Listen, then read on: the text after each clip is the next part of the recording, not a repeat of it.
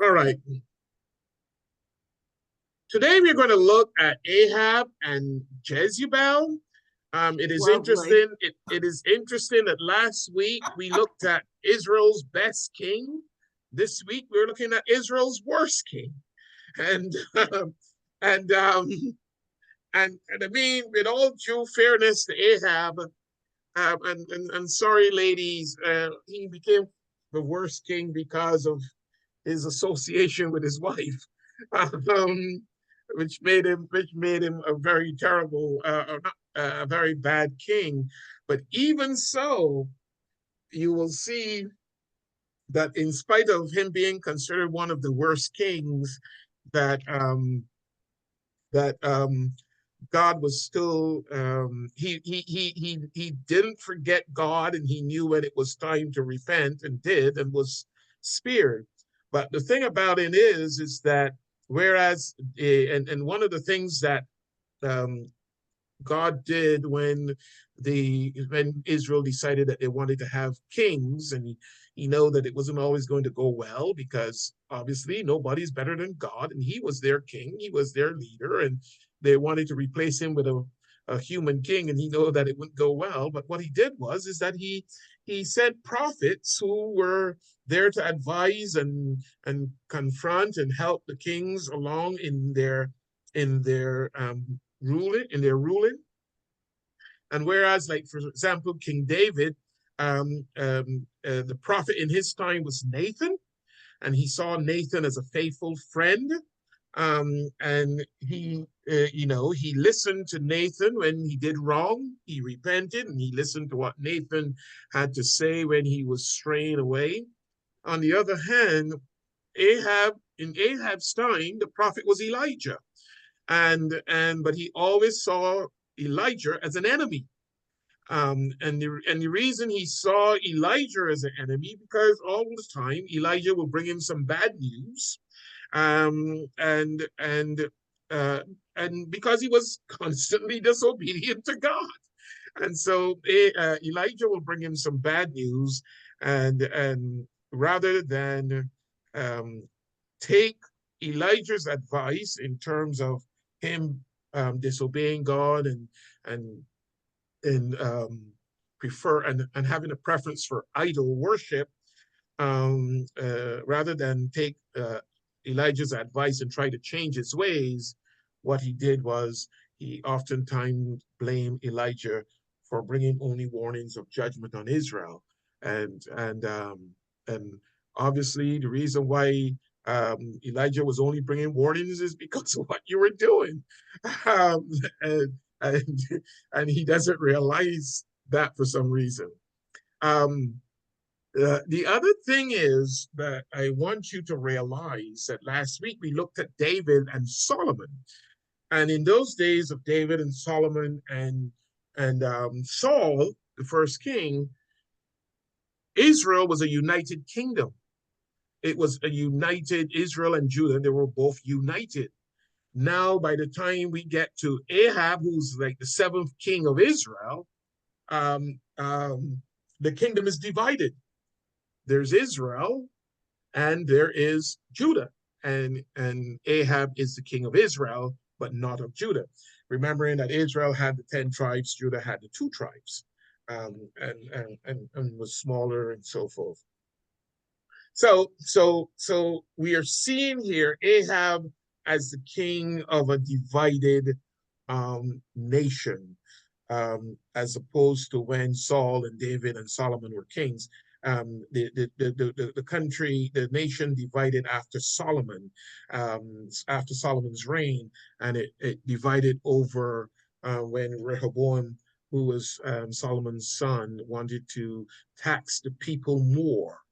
This thing with taxation was going on for a very, very long time. And Rehoboam wanted to tax the nation more, and the northern kingdom, um, which was which was which is the one that's called Israel. They protested and said they don't want him as king, and so Rehoboam became the king only of the south, and they had a different king. I think Jeroboam was the king of the north at the time when this all started.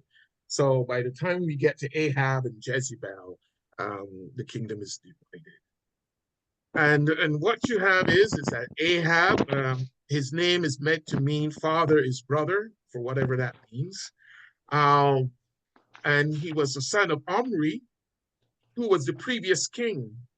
But Ahab ruled the northern kingdom of Israel for about 22 years. And it was a period of vitality and strength. He defended Israel against Syria. He is described as a competent leader and had support. But if you read 1 Kings chapter 16 and verse 30, it will tell you that he did more evil in the eyes of the Lord than any of those before him. And that was his major problem. And it was not that he was well, before I even say that, I should say it tells you how much the spiritual aspect of our lives supersedes the physical aspect, although we tend to put it the other way around. Because although he was seen as a good he was seen as politically astute and clever at foreign policy and economic genius and all these good things he was, when it comes to his spiritual life and the religious side of things, he is seen as the worst. And the reason for that is because he allowed himself to be influenced by the gods that were from his wife. Now, when he married Jezebel, it was a political alliance. It was a political alliance between the Phoenicians and the Israelites. And Jezebel was the daughter of the Phoenician king. And so it was a political marriage. And I mean, those things happened then, and they still happen now, today. And we can't hear you. You froze. I froze. Yep. Everybody else can hear me. I think it happened to you, Bruce. Bryce, you froze. Oh, okay. Sorry about that. That's all right. It is you that froze, not me. It happens. All right, no problem, bud. And what we have is that Ahab inherited a kingdom that was pretty solid, and that's because thanks to his father. He was a person who loved wealth, and he had showy extravagance. He even adorned the palace with ivory. He took on a major renovation of the capital, Samaria, because Samaria was the capital. And one of the things now that I'm mentioning Samaria that I will mention is that when the country divided, when it became the Northern Kingdom and Southern Kingdom, the Northern Kingdom became the king of the Northern Kingdom brought the country, brought that part of the kingdom into a more paganistic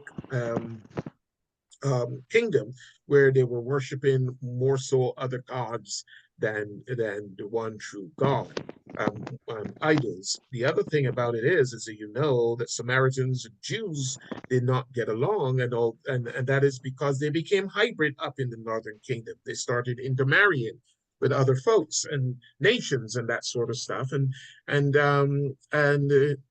it caused those in the South to break away and to see them not as the purebred, for lack of a better word, Jews as they once were.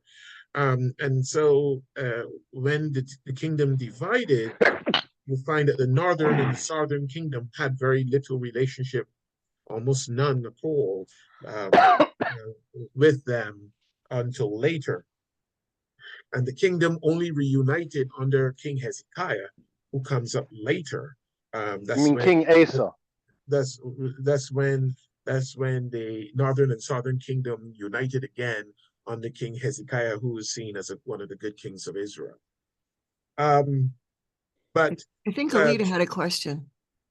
Oh, Elita, sorry. Were the Sidonians Jewish?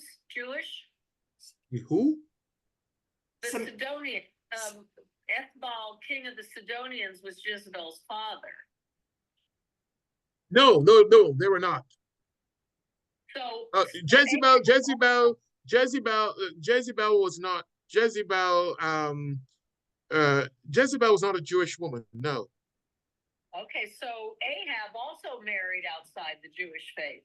Well, he had many Yeah. wives. But yeah, he had many wives. But he did marry outside the Jewish faith. That is why, and we will get to that. That's why Jezebel was able to bring in her gods into the kingdom. And Ahab started buying into these gods by worshiping them and even building sites for them. Well, we'll get into that very, very short. Hold on. We'll get into that very, very short. So in spite of the fact that Ahaz had successes both in military and political affairs, the religious side of his life was very much in need of work. As I said, he was seen as he did more evil in the eyes of the Lord. That was from a religious point of view, more than any other previous king before him. His marriage to Jezebel and his relationship to her father had an influence over Israel's religious life. And Jezebel used her position as queen to champion her native Phoenician religion, where she used Baals. They worship Baals, the god Baal, and even I think I think Baal had kind of like a god had a kind of like a mistress called Asherah, who Ahab even built a temple with all the pagan trappings dedicated to Baal, and he also dedicated certain ceremonies and all of that ceremonies and rites to the same fertility goddess. So getting back to what you were saying, Elita, is that um, Jezebel brought her religion over into the Israelite religion. And not only did she bring it over and try to say, well, let's mix the two together, she brought hers in and tried to stamp the Israelites out. And so she wanted her religion to be the religion in Israel, and the one that the Israelites had previously was with God as their as the living and true God as their God. She made sure that she tried to stamp out any aspects of that. Remember, Ahab was the one who was primarily a worshiper of God, Yahweh, and so and Jezebel was the one who promoted her gods, and she started killing off many of the prophets of God, of the Lord.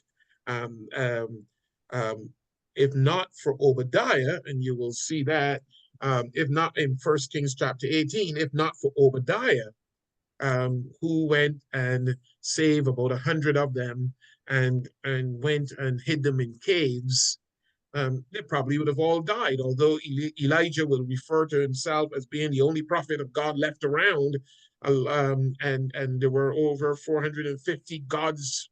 There were 450 gods associated with Baal. Sorry, prophets, not gods. Prophets associated with Baal. So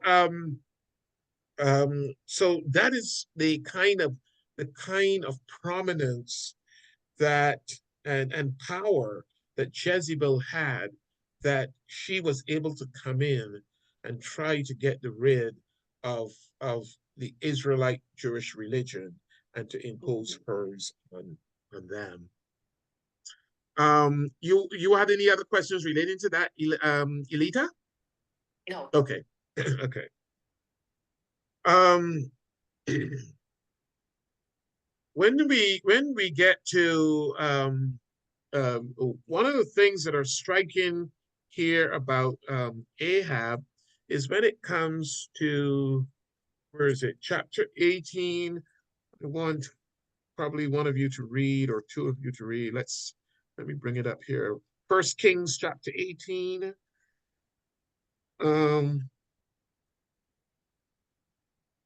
of the significant things about Ahab is 1 Kings chapter 18, verses 16. And we're going to read from verse 16 to, let's say, verse 40. Who wants to read from 16 to, let's say, 26? And the next person read from 27 to 40. Anyone wants to read from verse 16 to 26? Okay, I see George's hand from verse 16 to 26. Who wants to read 27 to the end? Okay, I see Bryce's hand. Okay, go ahead, George. So Obadiah went to meet Ahab and informed him. Ahab came to meet Elijah, and when he saw Elijah, said to him, "Is it you, you disturber of Israel?" "It is not I who disturb Israel," he answered, "but you and your family, by forsaking the commands of the Lord and following the Baals. Now summon all Israel to me on Mount Carmel, as well as the 450 prophets of Baal and the 400 prophets of Asherah who eat at Jezebel's table." So Ahab sent to all the Israelites and had the prophets assemble on Mount Carmel. Elijah appealed to all the people and said, "How long will you straddle the issue? If the Lord is God, follow him. If Baal, follow him." The people, however, did not answer him.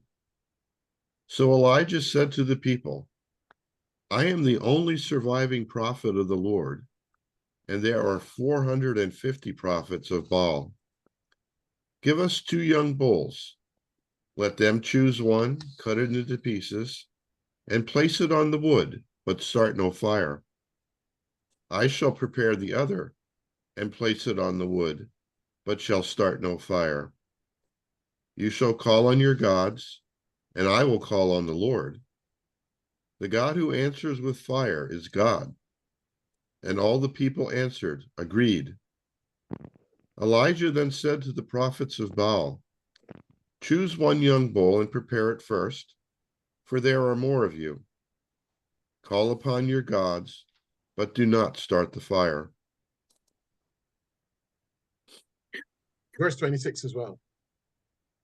Taking the young bull that was turned over to them, they prepared it, and calling on Baal from morning to noon, saying, "Answer us, Baal."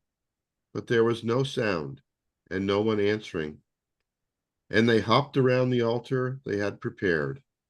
Thank you. Go ahead, Bryce. We're at we're verse 16. Verse 27. Verse 27, chapter 16, verse 27, correct? 18, verse 27. 18, 27. Okay. 27. Okay. Let me just get there. I'm sorry. 27. And it came to pass at noon that Elijah mocked them and said, "Cry aloud, for he is a god. Neither he is talking, or he is persuading, or he is in a journey, or pre-adventure he sleeps, and he must be wakened."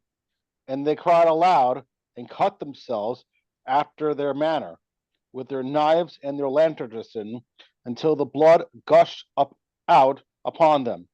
And it came to pass, when midday was past, and they prophesied until the time they offered. Okay. Until the time was offered of the evening sacrifice, that there was neither the voice nor any to answer, or any that regard. And Elijah said unto all the people, "Come near unto me," and to all the people come near unto him. And he repaired the altar of the Lord that was broken down. And Elijah took 12 stones, according to the number of the tribes of the sons of Jacob, unto whom the word of the Lord came, saying, Israel shall be thy name. And with the stones built an altar in the name of the Lord. And he made a trench about the altar as great as would contain 2 measures of seed. And he put the wood in order, and cut the bullock in pieces, and laid it him on the wood, and said, Fill 4 barrels with water, and poured it on the burnt sacrificings and on the wood. And he said, Do it second time. And they did it the second time. And he said, Do it the third time. And they did it the third time. And the water ran about the altar, and he filled the trench also with water. And it came to pass in the time of the office of evening sacrifices that Elijah the prophet came near and said, Lord God of Abraham, Isaac, and of Israel, let it be known to this day that thou art God in Israel, that I am the servant, and that I have done all these things in thy word. Hear me, O Lord, hear me, that this people may be known that thou art the Lord, and that our haste has turned their heart back again. Then the fire of the Lord fell and consumed the burnt sacrifice, and the wood, and the stones, and the dust. And the lick of the water was entrenched.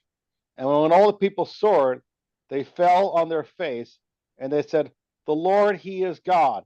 The Lord, he is God. And Elijah said unto them, Take the prophets of Baal, let not one of them escape. And they took them. And Elijah brought them down to the brook of Kishon, and slew them there. And Elijah said unto... Okay, that's it. Thank you. Thank you. I got a question for you. Why do you think Elijah told them to pour water on the sacrifice before the fire came down? Prove a point. Good point. I don't really know why.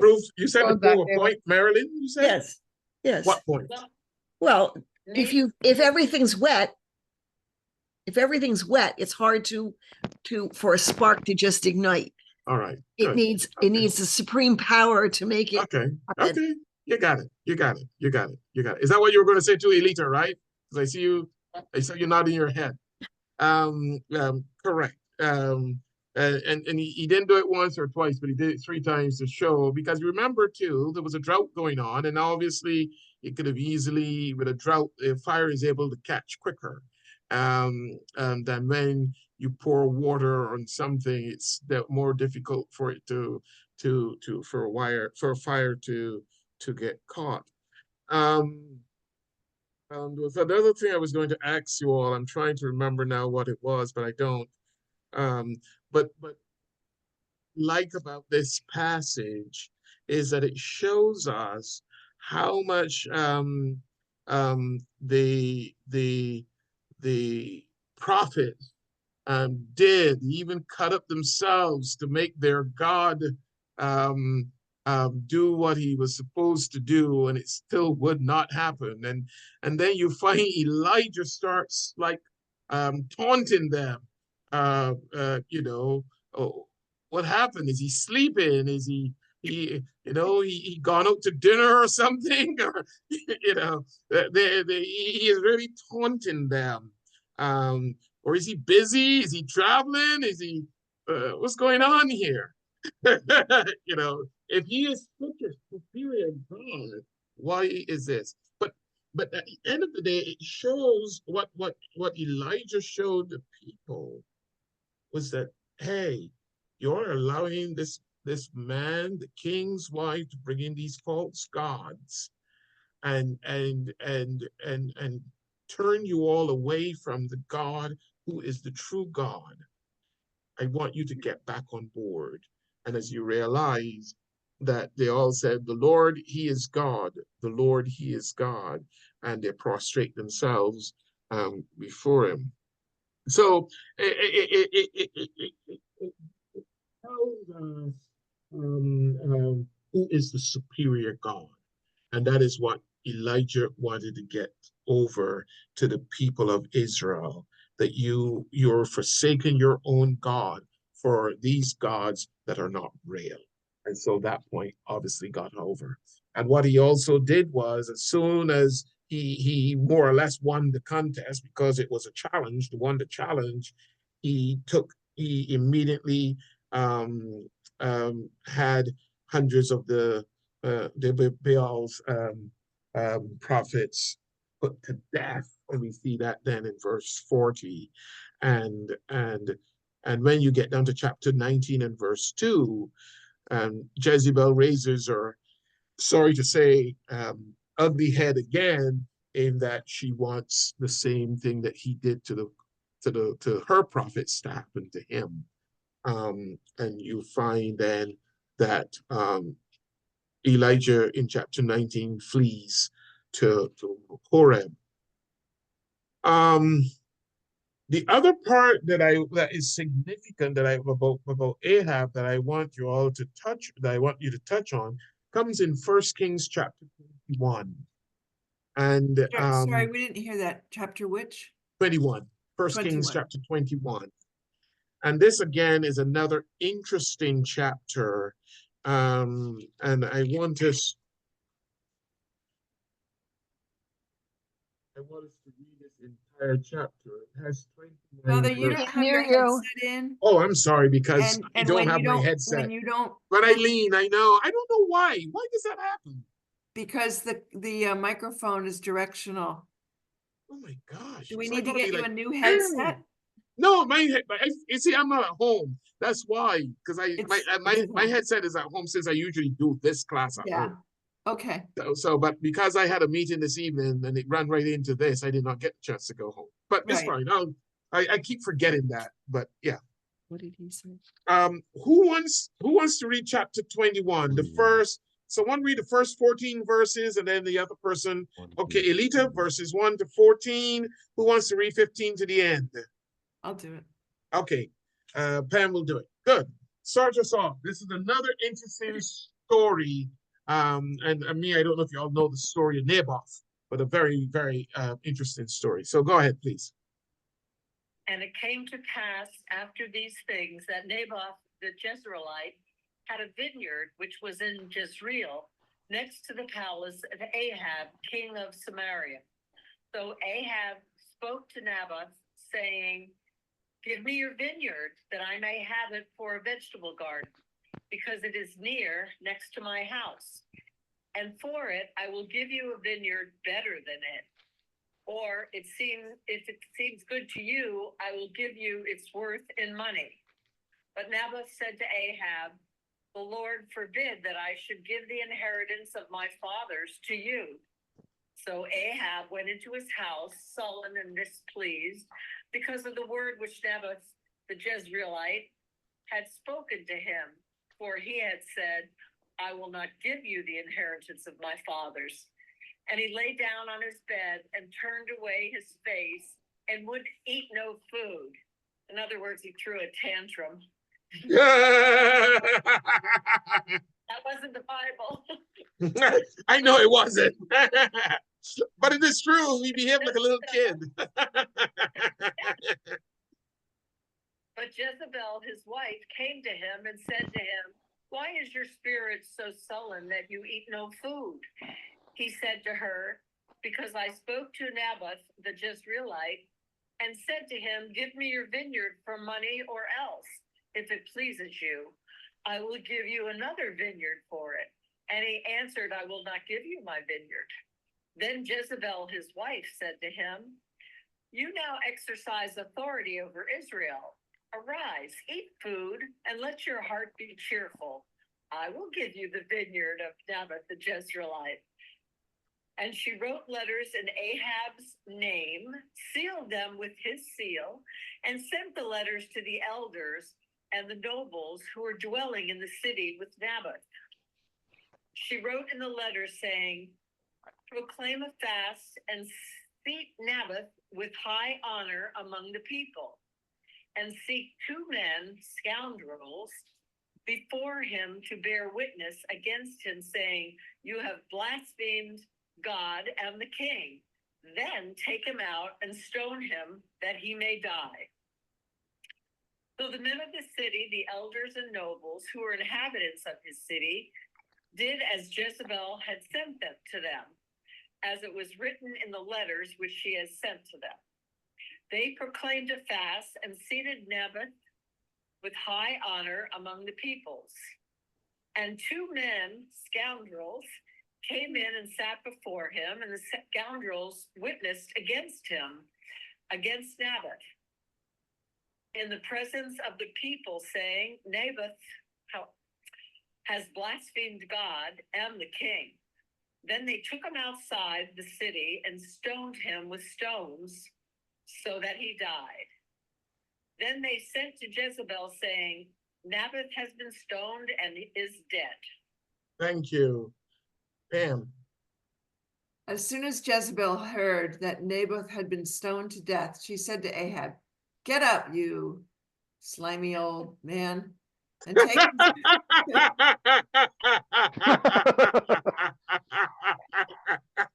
Oh my God. Go ahead. take possession of the vineyard of Naboth, the Jezreelite, that he refused to sell to you. He is no longer alive, but dead. When Ahab heard that Naboth was dead, he got up and went down to take possession of the vineyard. Then the word of the Lord came to Elijah the Tishbite. What is a Tishbite? That's where he's from. I can't Oh, remember. okay. Go down and meet Ahab, king of Israel, who rules in Samaria. He is now in Naboth's vineyard, where he has gone to take possession of it. Say to him, this is what the Lord says. Have you not murdered a man and seized his property? Then say to him, this is what the Lord says. In the place where dogs licked up Naboth's blood, dogs will lick up your blood. Yes, yours. Ahab said to Elijah, so you have found me, my enemy. I have found you, he answered, because you have sold yourself to do evil in the eyes of the Lord.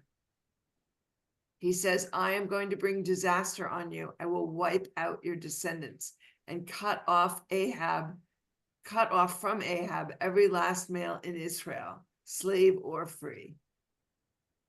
You wanted me to go to 21 or? No, jump to the end. Jump to the end. Okay. I will make your house like that of Jeroboam, son of Nebat, and that of Baasha, son of Ahijah, because you have aroused my anger and caused Israel to sin. And also concerning Jezebel, the Lord says, dogs will devour Jezebel by the wall of Jezreel. Dogs will eat those belonging to Ahab who die in the city, and the birds will feed on those who die in the country. There was never anyone like Ahab who sold himself to do evil in the eyes of the Lord, urged on by Jezebel, his wife. He behaved in the vilest manner by going after idols like the Amorites the Lord drove out before Israel. When Ahab heard these words, he tore his clothes and put on a sackcloth and fasted. He lay in the sackcloth and went around meekly. Then the word of the Lord came to Elijah the Tishbite.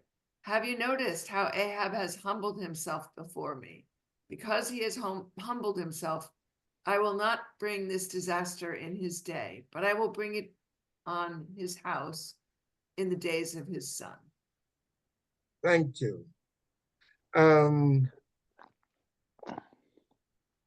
The story of Naboth is one which I believe that all of us might have heard from before, but what is so interesting about it is how Ahab behaves like a little kid, not being able to get the land, although I must say he was given the Naboth a generous offer, but the major thing is that Naboth was not willing to sell his ancestral land, regardless of whether It was good land, bad land. It was in their family for a lot of time. And therefore, he did not want to give it up to the king. And here we see Jezebel stepping in and taking over and saying, hey, you're the king. You need to stop crying and cheer up, and you anything that you want as king, you should be able to get. That is what she's saying in a nutshell to him. And therefore, she herself went out, and not only than she used her power as queen. And as I said to the class this morning, I said, although we see Israel in the biblical days as very patriarchal, some women weren't that humble. Those who had some clout in a palace, they use it. We saw it with Esther. She used her clout over Ahasuerus, or some kind of translation calls him Xerxes. And there are others in the Bible.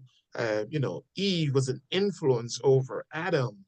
Who have influenced their husbands. Or even their better halves, Delilah over Samson, and this sort of stuff. And so we see here Jezebel again using her influence, and even going beyond using her influence, but impersonating herself as the monarch, and sending out letters so as to have Naboth killed. And she succeeds in doing it. But she pays. But at the same time, although she succeeds in doing it, what she did will still have some effect later on down the road. The other thing about it is that is very much about this chapter is how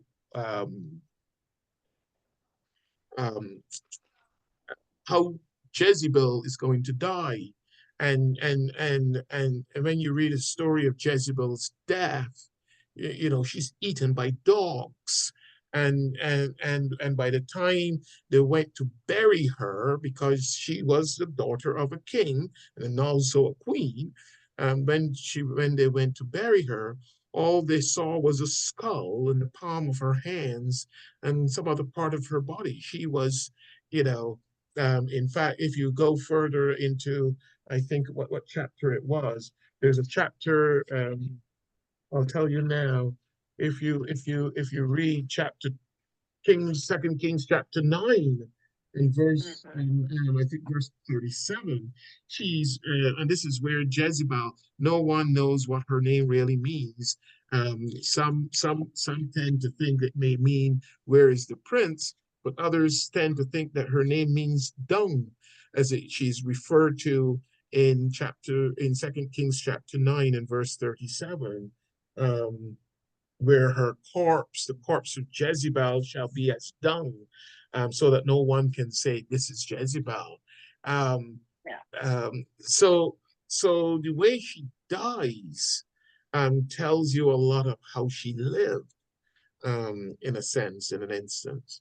And then the other part of this is, even despite, as I said earlier, even despite that Ahab is considered considered the worst king of Israel, even Ahab turned back to God and was repentant for all the wrong that had taken place, and God actually changed his mind about him. God actually, and in fact, when you read it, you find that God was even a bit surprised when he turned to Elijah and said, "Have you noticed how Ahab was humbled himself before me?" It sounds like he was having this real personal conversation, and was amazed at how Ahab changed, and by realizing how penitent he was, he did not bring disaster to Ahab, but said that it will come upon the house of his son. who would become the next king, who his mother will be. The ironic thing is that Ahab dies and Jezebel still continues living and influencing her son as king. And so whatever God had in store is passed down to them. So it's a whole combination of how how Jezebel intertwines herself into this whole story and into the kingdom, and how much of a great influence she had, even a greater influence than her own husband, who was king. And so she influenced the religious aspect of their lives and all of that. Yes, Elita. It seems to me that Ahab didn't know what she was doing when she used his seal and everything, because she came back and said he's dead. Yeah, I And mean, he- it appears that way. It appears that way, and that might probably be, might have been the case, because of the kind of woman she is. I'm sure she saw him as a weakling, and therefore took matters. Obviously, she took matters into her hand. But the thing about it is that his punishment, or the punishment upon his generation, his descendants to come, was as a result that he was not a strong enough, religious enough, spiritual enough, um, um, God-related enough individual, to stop his wife from having the influence that she had. And even although you might say, um, um, I mean, this is something I'm sure Pam has heard me say this, and some of you have heard me say this before, where I say to you all, I still need to know what is going on at All Saints, because I know Elita would have heard this. I still need to know, because anything happens, I am ultimately responsible. The bishop is not going to come and ask Elita or Pam or George or whoever. He's going to come and ask Tony Holder. And it's the same way here, that although your wife is who did it, Ahab is ultimately responsible for what took place. And therefore, that is why the punishment is leted out to his generation. He was to be punished as well, but he got spared because of he recognized that he is wrong. He recognized allowing his wife to do what she did was wrong. And he didn't say to God, well, it was her fault. He accepted responsibility because he knows that he is ultimately responsible. And so he got into that. He repented. And it also, I wanted to make sure that you also realize, and sometimes we have problems with this word forgiveness, forgiven, and to realize that God does forgive us if we are really sorry and for what we did wrong. And he still does that today, and he could change his mind. And so that sets an example, the same way he did it with the Ninevites, and he did it with others, the same way he did it with Ahab. God can change his mind, and God is willing. God is not out there ready to put us down or to send us to hell or whatever we may think he's willing to do. No, God still loves, and he still wants us to come back to him and be embraced by him. But we have to do our part. And that is where we fall down, because we don't want to do our part, or we don't think we have to do our part. And when that happens, that's where the consequences lie. But once we do our part, and it's not only with God, it was with each other. If you hurt someone, you should be able to go to that person and say, I am sorry, I was wrong, and I hope you can forgive me. That is important in terms of the way we are intended to live. So yes, Elita. One other thing I want to just come back to Pam was asking Elijah the Tishbite, and there was a place, I think there is a place, or there was a place in Israel called Tish or something like that. I think it's let me see, Tishbite is T-I-S, I think it was T-I-S HBE or something like that. But it was somewhere up in the northern kingdom, um, where Elijah is from.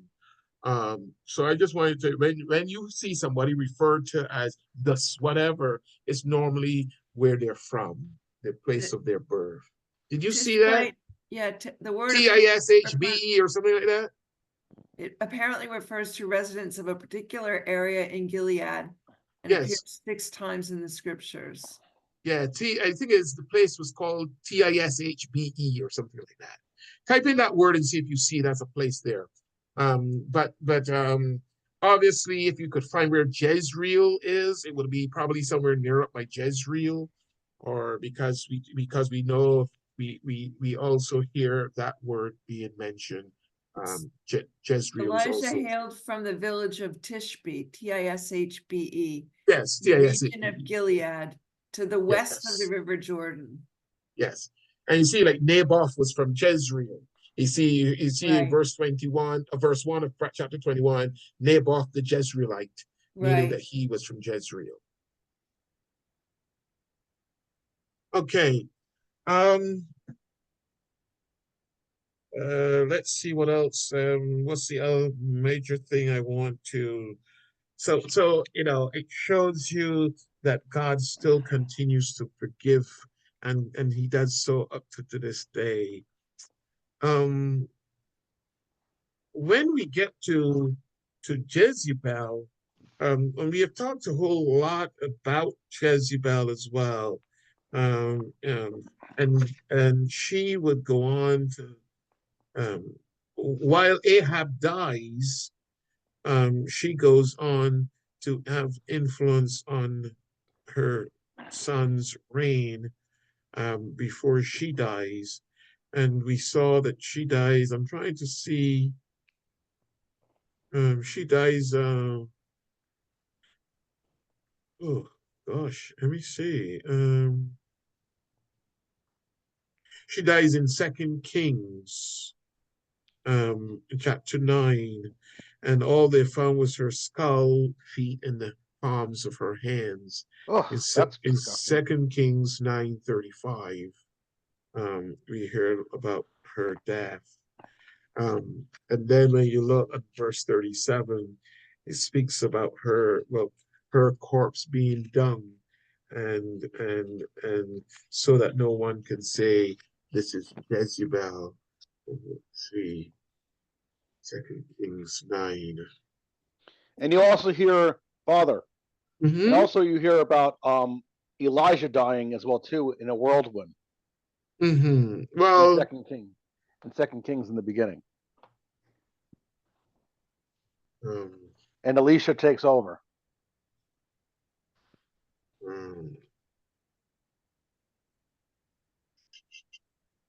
That's what I remember from 2 Kings. Wait, I'm just looking at something here. Hold 1 second, please.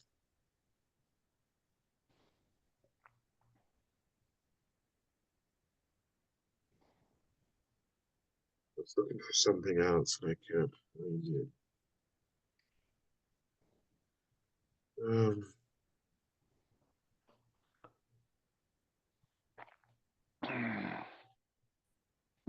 Yes, but that is how Jezebel dies. I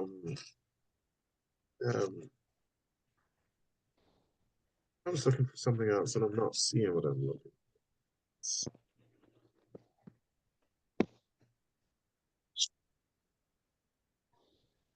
All right.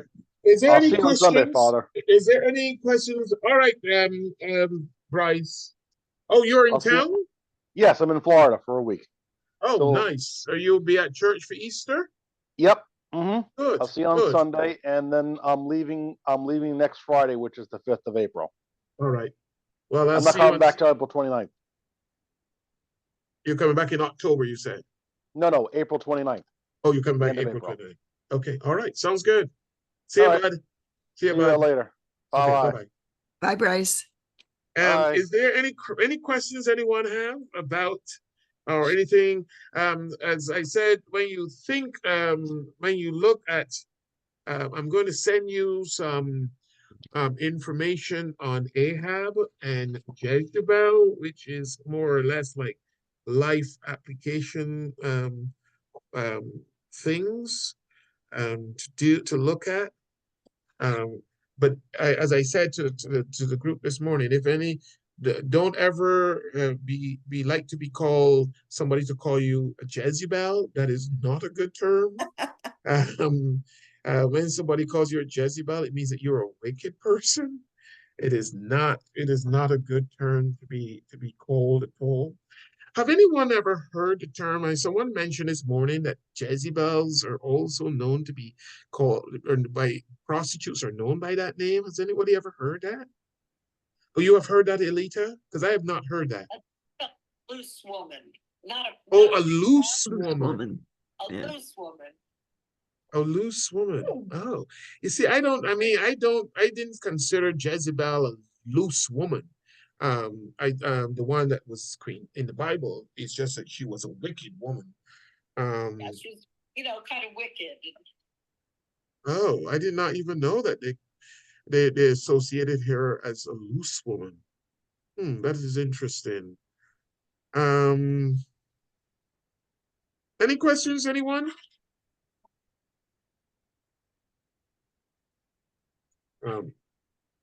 So bear in mind that Ahab's being the worst king comes from the religious side more so than the political or military side. He was good in those areas, but because he allowed the influence of his wife to infiltrate the kingdom with her religion, caused him in the sight of God to be the worst king.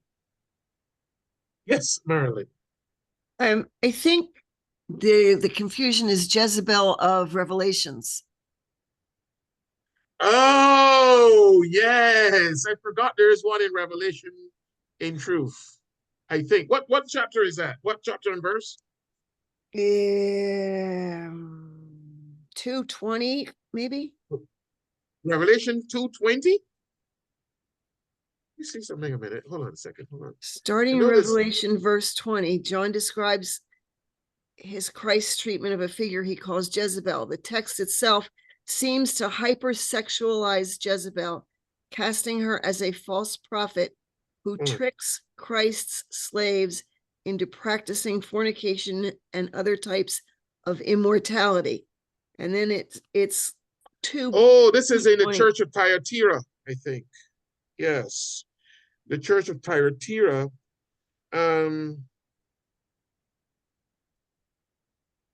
Is that a different Jezebel? A different woman? Well, the thing is about it is we are not sure. This could be who he's referring to may be called Jezebel, or he may have been using the term to symbolize that the way how this woman that he's talking about is living is not the way to live. It's a kind of a wrong way or bad way or evil way to live, and maybe referencing then the Jezebel that was the queen.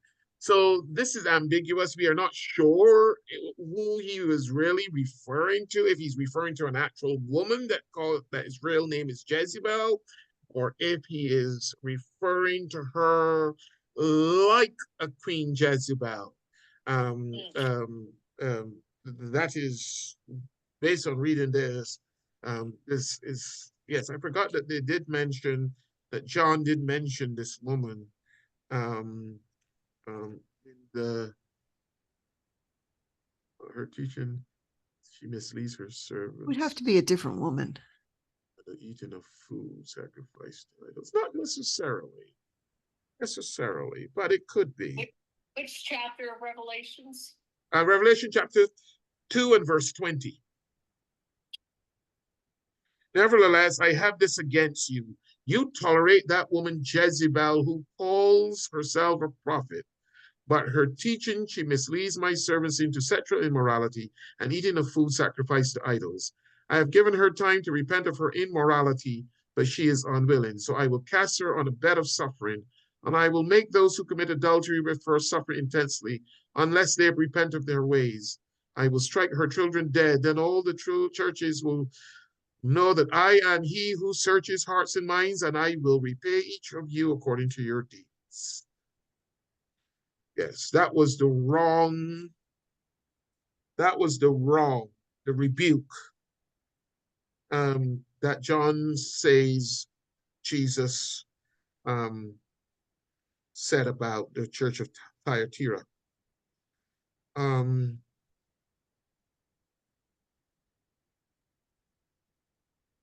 the thing is about it is, I mean, I can't even be sure, you see, now the way how this is also written, does it say specifically that she was a prostitute? It says that she was teaching immorality or misleading people into sexual immorality and eating food sacrificed to idols. Claims that she calls herself a prophet. I have another notation that says later in the book of Revelation, Jezebel is symbolically associated with false prophets. Oh, that too, yes. That too. And I can see that because, and there is, and I don't think I mentioned it. Now you said that. I think that Jezebel herself, Queen Jezebel, could have been seen as one or some sort of a priest or something associated with her own religion. I think there is some talk about her having some, what should I say, some involvement with the Fitz in terms of herself being maybe one of them, or at least being a priest, if you can call her that. I don't remember where I saw that, but I think I saw that somewhere. So that might be, that could be possible, that she is seen as Or it was a smear campaign, let's be honest. Men smear powerful women. Huh? I said, let's be honest, men smear powerful women. I don't, to be honest with you though, Oh, I come don't, on. no, History I mean, shows it it. is, but yeah, but the thing about it is, I don't think it was in this case. I mean, I don't. She was a cold-blooded killer. Okay, we know that, right? Yeah, So was King David. but true. But the Yep, thing is about, true. but hers was as a means of getting rid of God's prophets, so as to make her religion the primary religion. No, hers, I'm sorry, I read that piece too. That prophet killed 450 of her Correct. religious men. Yes, Elijah did. Who was one of the most prominent prophets, which was one of the most, no, I don't think she killed first. No. You just had us read it. I'm not saying she's a good woman. I'm not saying that. I'm saying we're reading a smear campaign. Hold on. Let's make sure we are correct here. Before we get off the thing, let's make sure we are right here. Let's see here. Where is it? First Kings.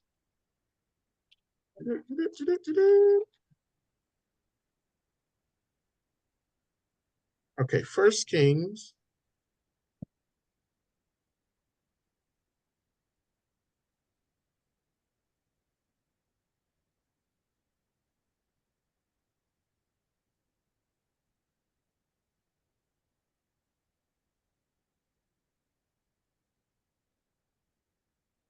So, 1 Kings 18:40.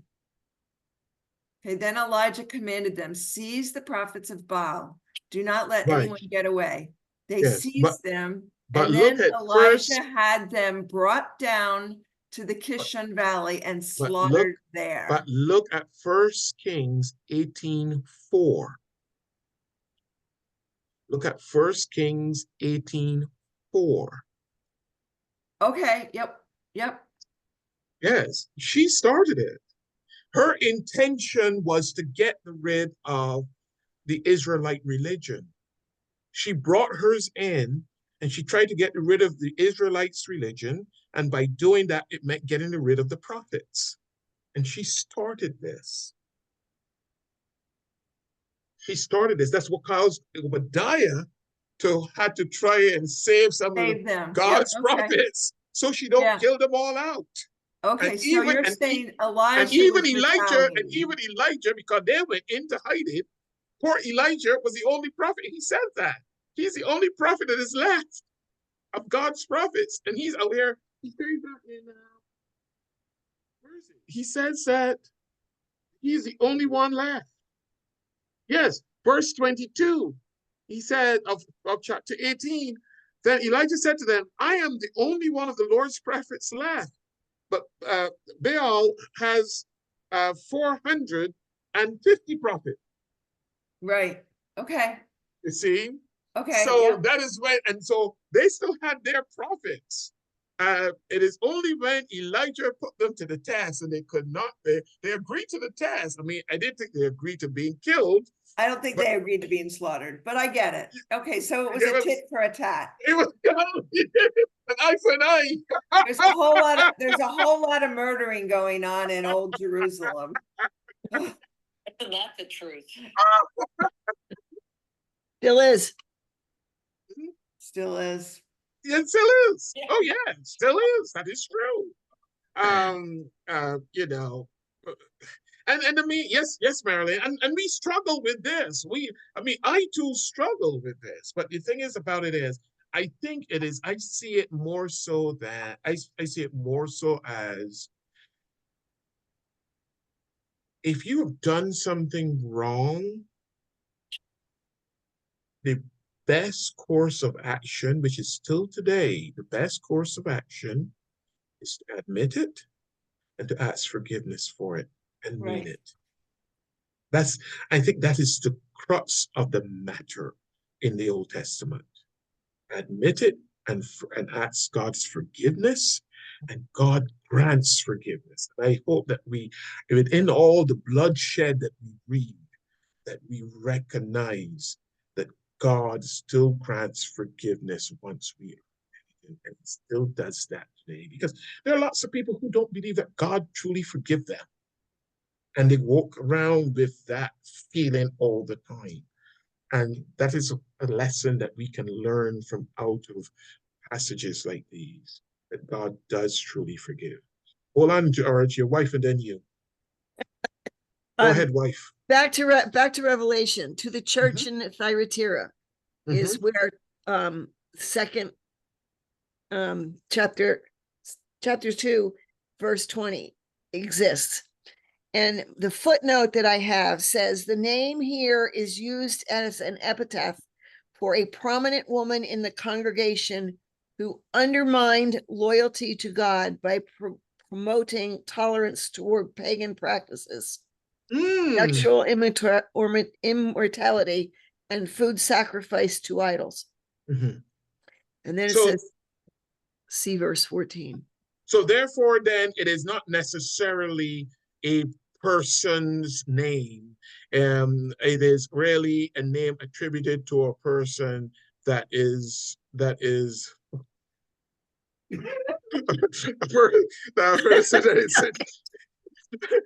person that is no, we behaving like Ahab. What? Yeah. we're No, we learning behaving about like Ahab Ahab. and Jezebel. I don't know. I was to call him today, but I don't know if he did you get through with getting it up? He wants you to call him when you're done. All right, I will. Okay, I will. It's live right now. You can go. to Okay, it. all right, good. Thank you. Father, I think it's more like that Jezebel. She did it. He's calling her that name. Like instead of saying, you idiot. He's saying you Jezebel. Like Sheila, if you're Australian. Oh, I don't know the term Sheila from Chloe. Australia, but Or but Chloe. yes, it is like Chloe. It is like Chloe. Just like how Chloe is seen in the Bible as someone who has influence and can influence people to do things that may not be well, it could either be right or wrong, but she's a woman that had influence. You know, it's like you go to some churches, you want to know, well, who is the real person here? That is the clue that could, and it could be bad things or even good things, but that's the same thing as Chloe. Whereas in this case with Jezebel apparently is a bad person or a person who is influencing people in a bad way. Yeah, it's calling somebody a bad name. Not necessarily. Not calling somebody a bad name. I don't think that's what it is. I think it is a person who influence people into doing bad things, and that person is a Jezebel. Yes, that's what I think it is. So you wait, hold on a minute, Juanita. George, and then Juanita. Go ahead. Just one plug for Jezebel. Go ahead, buddy. You know, she was just promoting her own religion. That's true. That is very true. You She know, didn't have to kill the other guys. Well, back then yeah. you See, did. the thing is, I said earlier, right? As I said earlier, you know, she brought in her religion, and it could have mixed up in the Israelites' religion, but she took it a step further. She brought her religion in, but wanted to kick the Israelites' religion out, and that is what she set out to do, and that's what she went about doing. And she had Naboth killed. and you know that's what she wanted that. Yes, Bonita. So what George said, Mhm.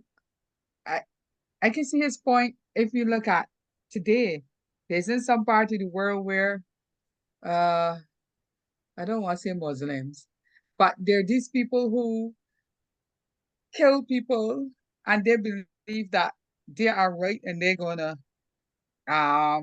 earn all these things from their Allah or their God or whoever, just because they're not from their religion.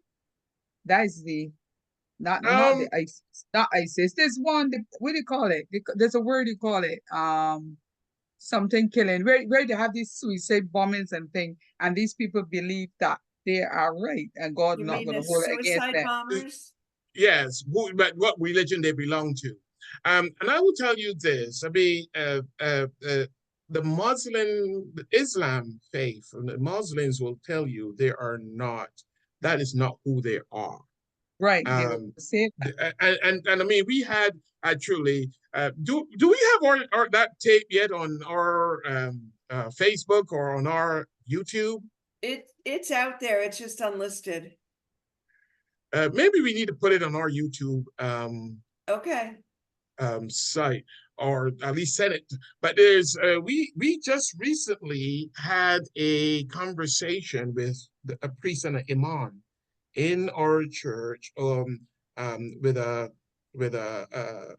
heritage group that we have here in the congregation which Elita leads.